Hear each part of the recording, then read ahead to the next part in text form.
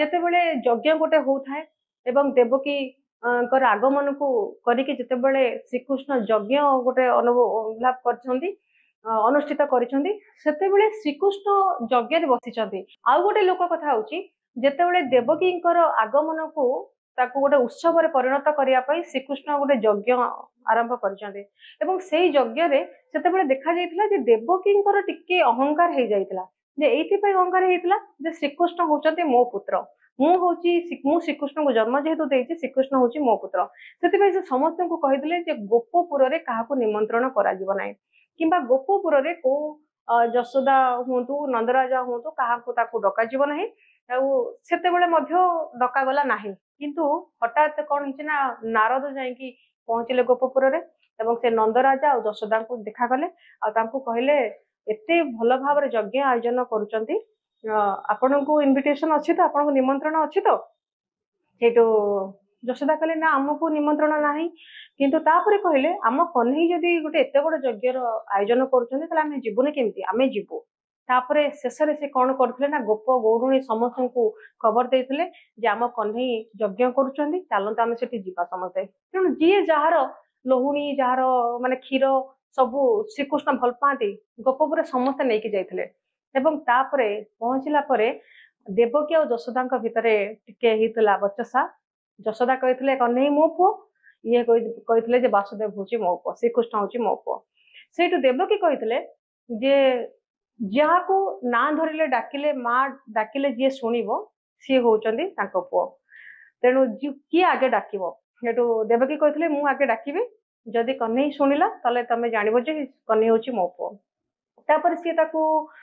ଶ୍ରୀକୃଷ୍ଣଙ୍କୁ ଡାକିଥିଲେ ବାସୁଦେବ ବୋଲି ଡାକିଥିଲେ ବହୁତ ଥର ସମ୍ବୋଧନ କରିଥିଲେ କିନ୍ତୁ ଏତେ ଯଜ୍ଞ ମାନେ ଧ୍ୱନି ଚାଲିଥିଲା ଯେ ଶ୍ରୀକୃଷ୍ଣ ଶୁଣି ନଥିଲେ ସେଇଠୁ ଦେବତା ମାନେ ଅନୁଭବ କରୁଥିଲେ ହୁଏତ ଯଜ୍ଞ ଏତେ ମାନେ ଚାଲିଛି ଆହୁତି ଚାଲିଛି ବୋଧହୁଏ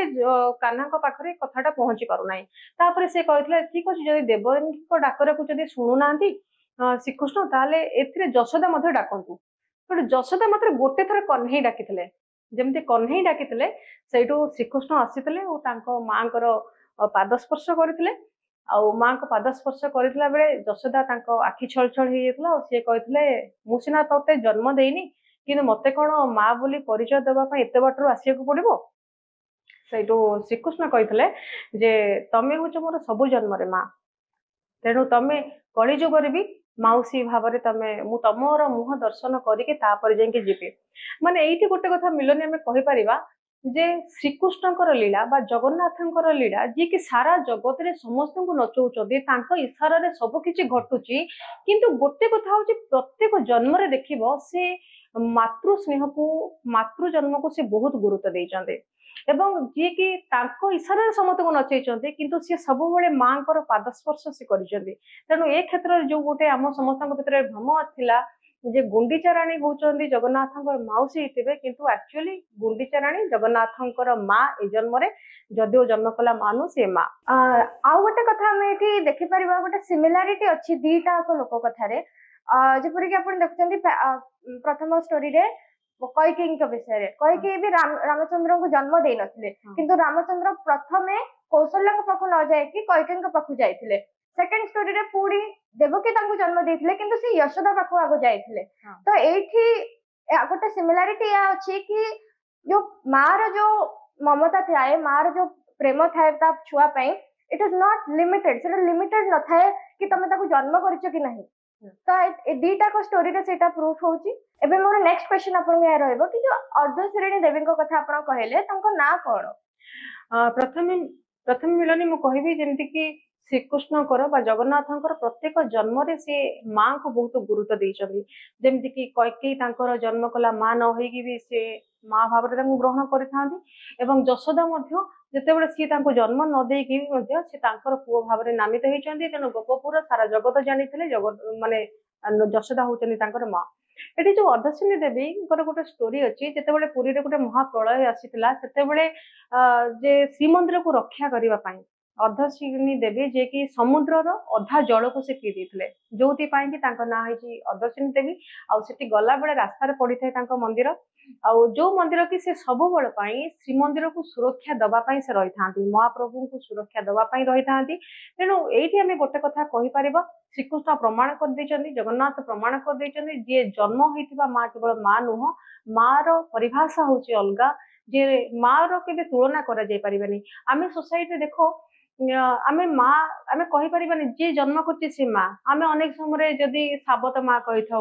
कि आउ कि माँ कही था माँ माने होचंदे माँ तार पाखरे संतान प्रति जो भल पाइबा ता संतान प्रति जो स्नेह प्रेम भल पाइबा थाए तार किछि तुलना नाही तेणु ए क्षेत्र में मध्य गोटे समाज को गोटे बड़ शिक्षा मिलिबो जे जगन्नाथ जमती श्रीकृष्ण जमती राम जमती माँ को सम्मान देइचंदी माँ कथा शुणी माँ से 56 पौड़ी भोग छाड़ी 60 पौड़ी भोग छाड़ी से आसी